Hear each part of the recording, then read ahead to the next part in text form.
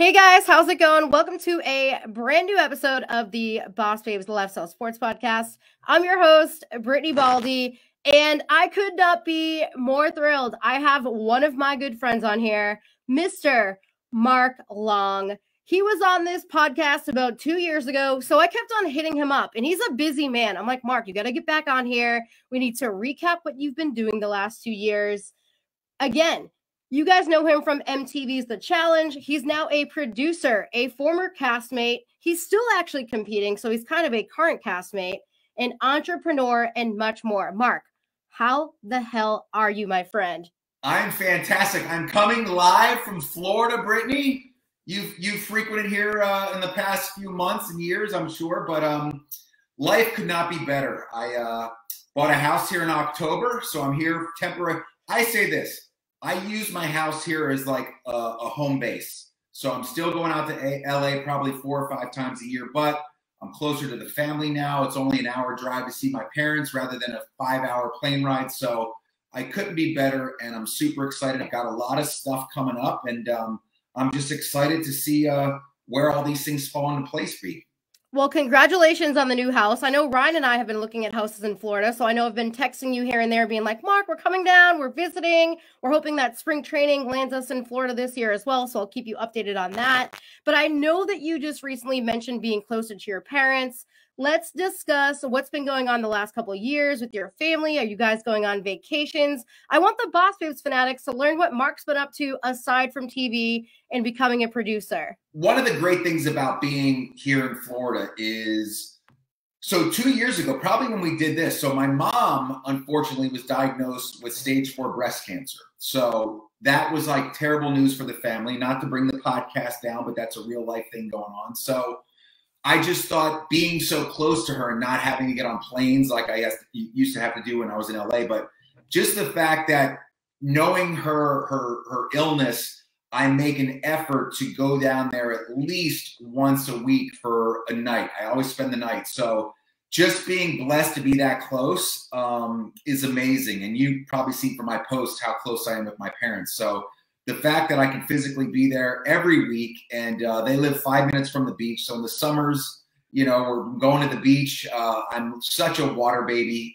I live on a lake now. The house I just bought is on a lake. So I feel like I have to be around water or around lakes or oceans. So my vacations, believe it or not, are back out to LA. Like I went to Huntington Beach last year. We rented a big house there and got surfboards and rented electric bikes and all that stuff. So you probably guessed this, but I'm such a physical vacationer. Like I don't go on the vacation and just rest. I usually go on vacation and I'm swimming, I'm surfing, I'm doing electric bikes, skiing or snowboarding and stuff like that. So it's really not a vacation for my body physically, but it's more of a vacation for my mind. You know, like I said, being here in Florida now, being able to see my parents so easily, it is such a blessing. I don't know, Florida has grown on me the past 2 years. When I first moved back, I was kind of a stick in the mud and really didn't appreciate it. But now that it's grown on me and I'm able to still do what I love and still pursue my passions, especially now since a lot of things are Zoom. I like it a lot better. And yeah, it's just my brother lives 1.5 miles down the street.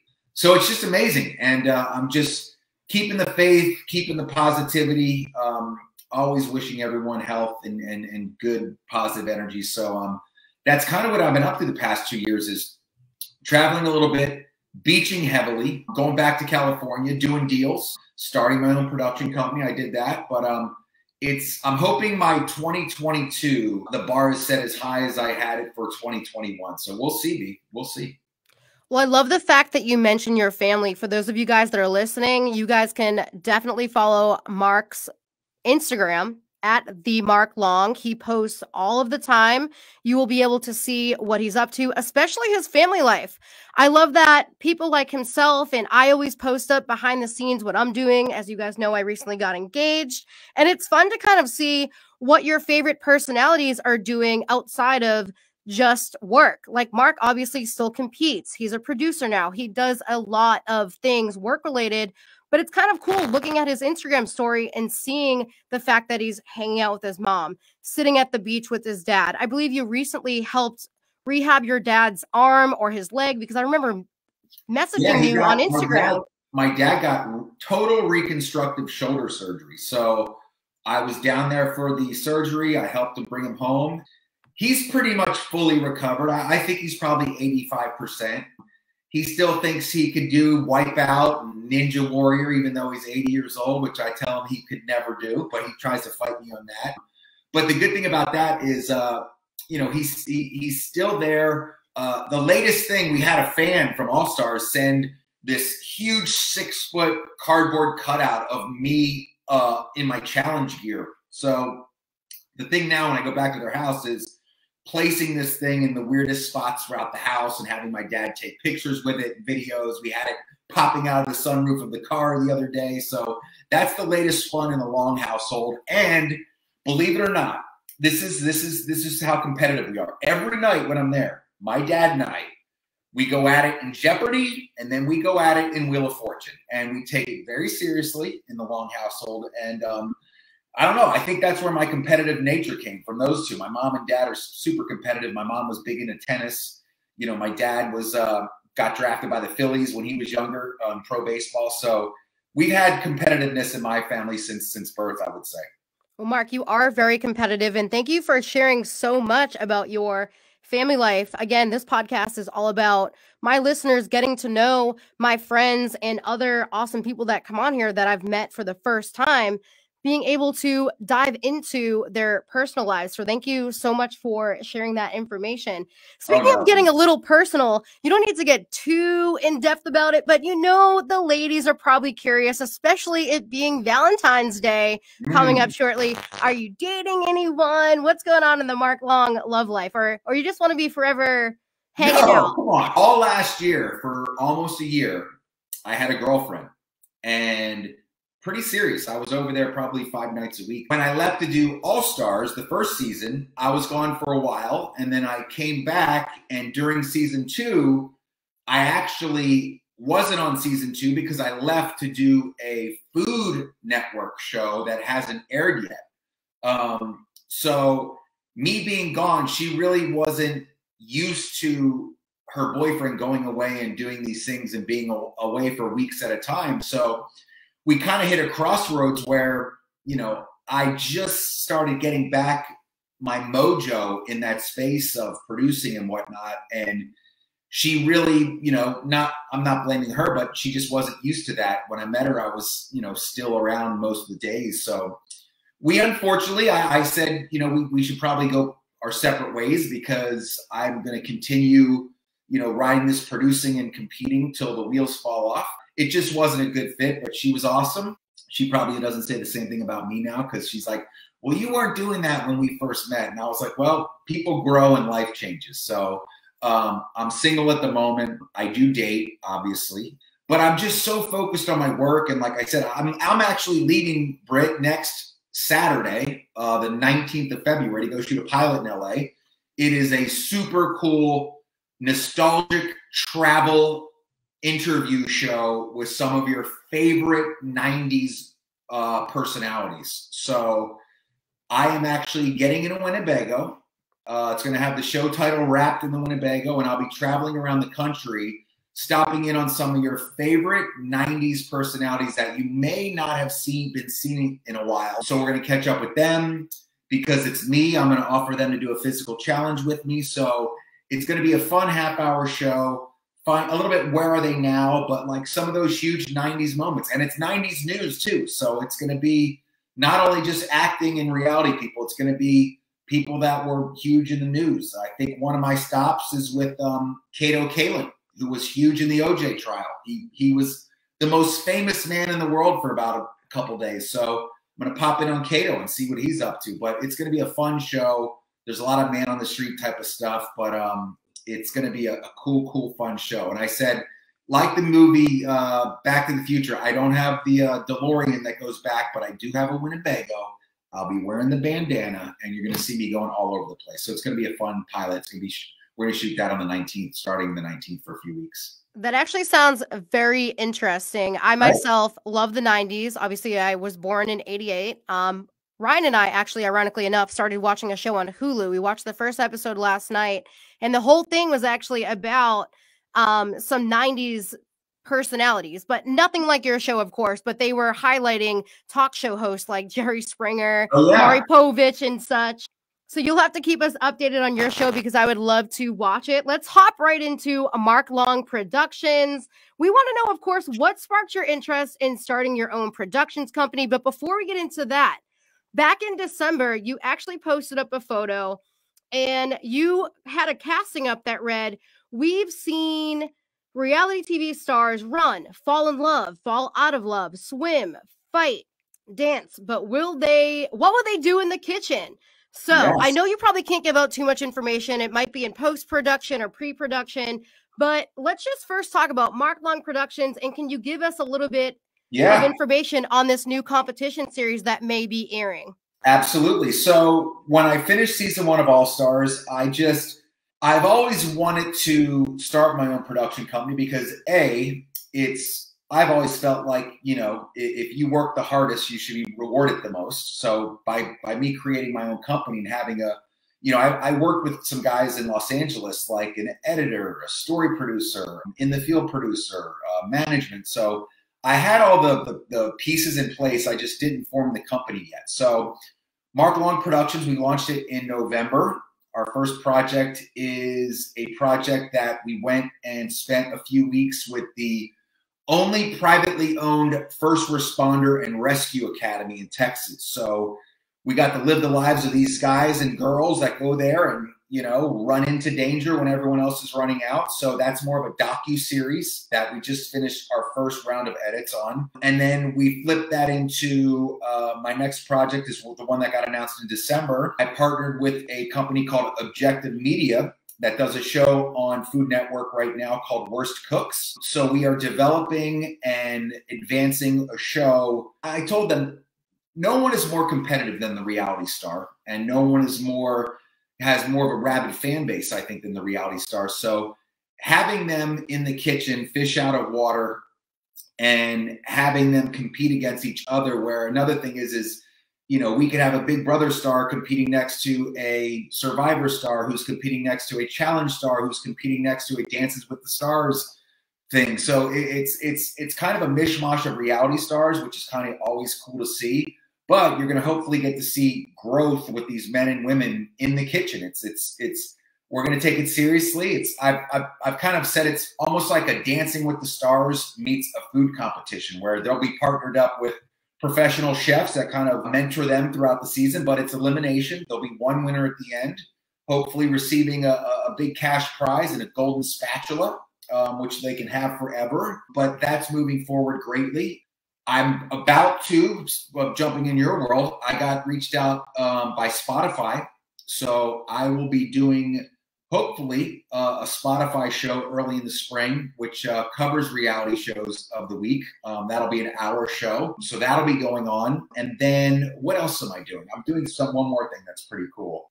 Oh, I have the food show that I shot that I actually am a cast member on, coming out later this year, as well as hopefully many more seasons of Allstars. So like I said, if I can keep the wave going this year like I did last year, it's going to be cool because you'll get to see me doing stuff rather than, jumping from, airplanes into lakes and figuring out puzzles. So I'll actually be doing some things that are kind of fish out of the water for me. So it should be fun, and, we'll see what happens.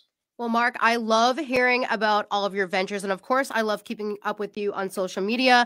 BosBabes Fanatics, I'm your host, Brittany Baldi of the BosBabes Lifestyle Sports Podcast. You guys are now listening to my good friend, Mark Long. This guy absolutely freaking kills it. He was on this podcast 2 years ago. I was freaking begging him, Mark, get back on the podcast, get back on the podcast. We need to talk about everything that you are up to. So thank you so much for sharing so much information about moving back to Florida, hanging out with your family, developing all these TV shows. Congrats on the Spotify deal. I'm going to be listening to that podcast. Oh, it's going to be juicy. Brittany, how are you in the kitchen? How are you with the spatulas? I'm okay in the kitchen. I mean, I can make some good food, but a lot of the time it's like in the crock pot, unless it's like seafood. I can make a really mean seafood pasta dish, but I wouldn't say I'm like chef quality. Good to know. Good to know. You never know, B. So let's skip away a little bit from the reality TV and productions talk. Of course, you guys are going to be hearing Mark talk all about how he developed the idea for Allstars. And I'm going to do a little humble brag because I think I was one of the first people that actually knew about the idea, because way back in the day when we were in LA, Mark would always say to me, Britt, I'm going to come up with an OG idea. I don't know what it's going to be yet, but I'm going to have a plan. And I'm so happy that he pulled through. He did it. Congratulations with that. Stay with us, guys. We're going to talk all about that. But Mark, we want to talk about charity first. You are heavily involved with Hearts of Reality and Give Kids the World. So please discuss both of those as well. So Give Kids the World is a charity here in Celebration, which is about 30 minutes from Orlando. And what we do is we bring families that have children who are battling terminal illness to the Give Kids the World Village, which it's an all-inclusive place where the families stay for free, they eat for free. We celebrate a Christmas and a Halloween in the same week, so they get to experience 2 huge holidays for these kids all within a week.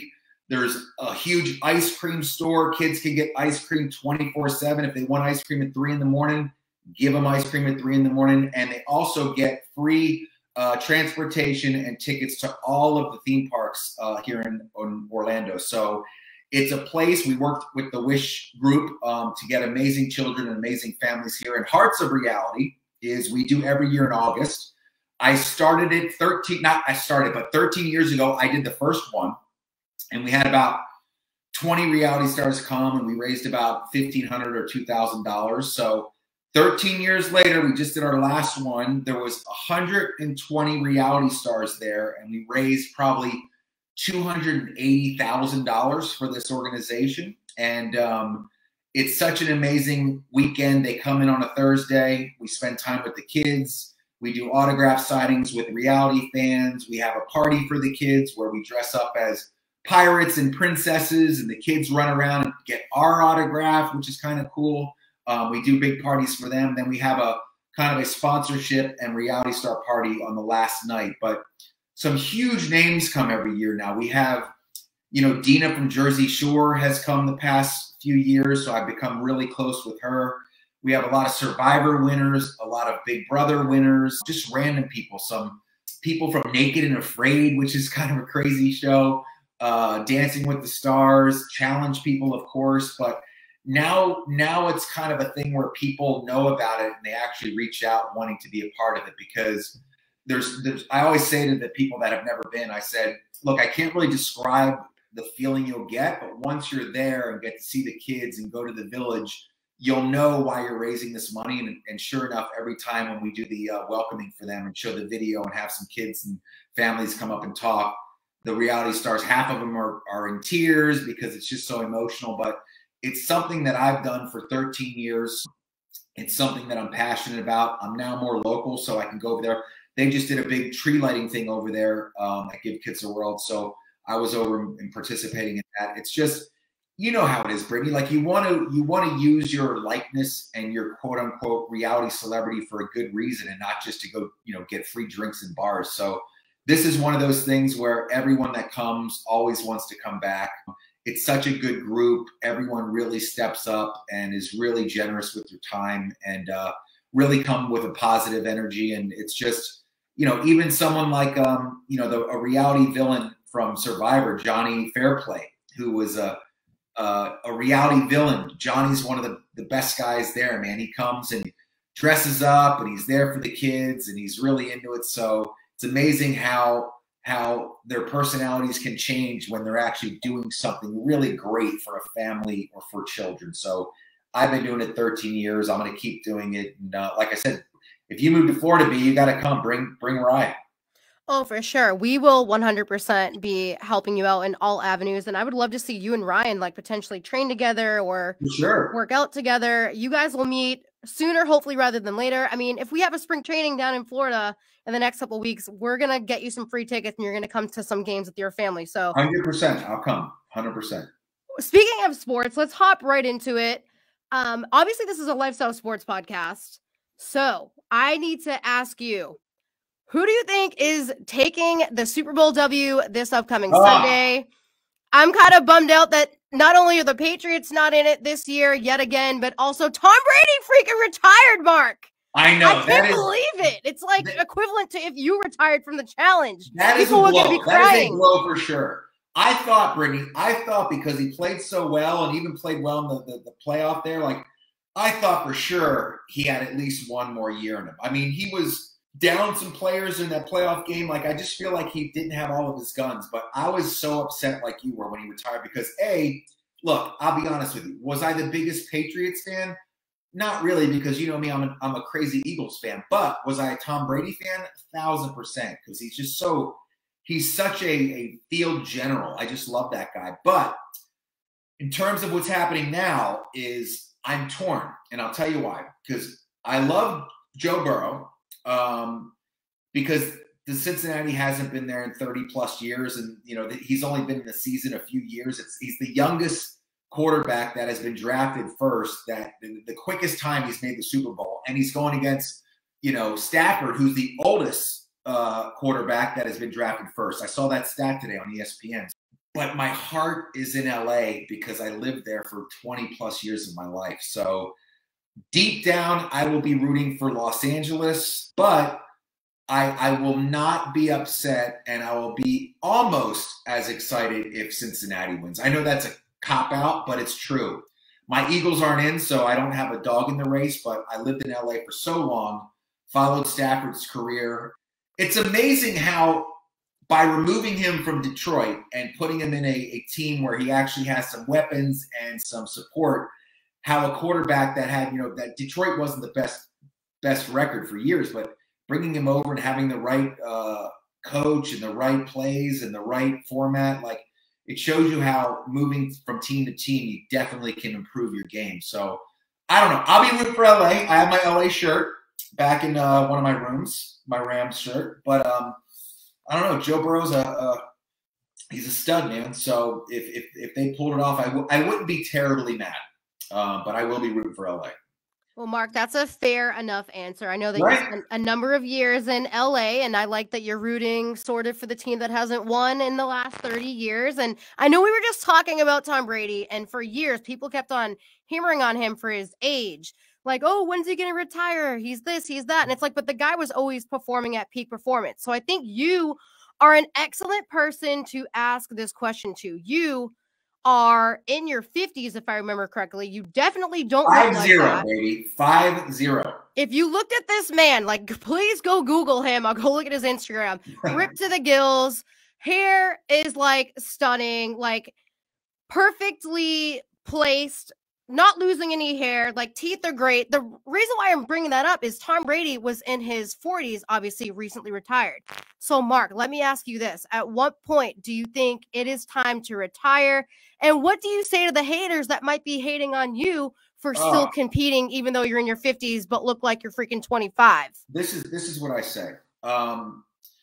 You know, I've got some exciting stuff coming out this year. I can't share all of it yet, but I've got some exciting stuff where, you know, you're going to see me in situations, maybe going against some younger people. And, you know, the difference is with him too, is like, if I went to these shows or went on Survivor or went back to the challenge and just really did terrible and didn't make the finals or didn't beat people in elimination, like I wouldn't toot my own horn that I'm still capable of winning these things. But it is yet to be proven that is the case. Just like Tom Brady, I was pissed because, you know, he's 44, and let me tell you, I'm bringing myself back 6 years to 44. You still are very, if you are healthy, you're very athletic, and you're very, for him, the quarterback position, you know, he's not sprinting 100 yards every play. So if he stays protected and the arm and shoulder are still right, I mean, it's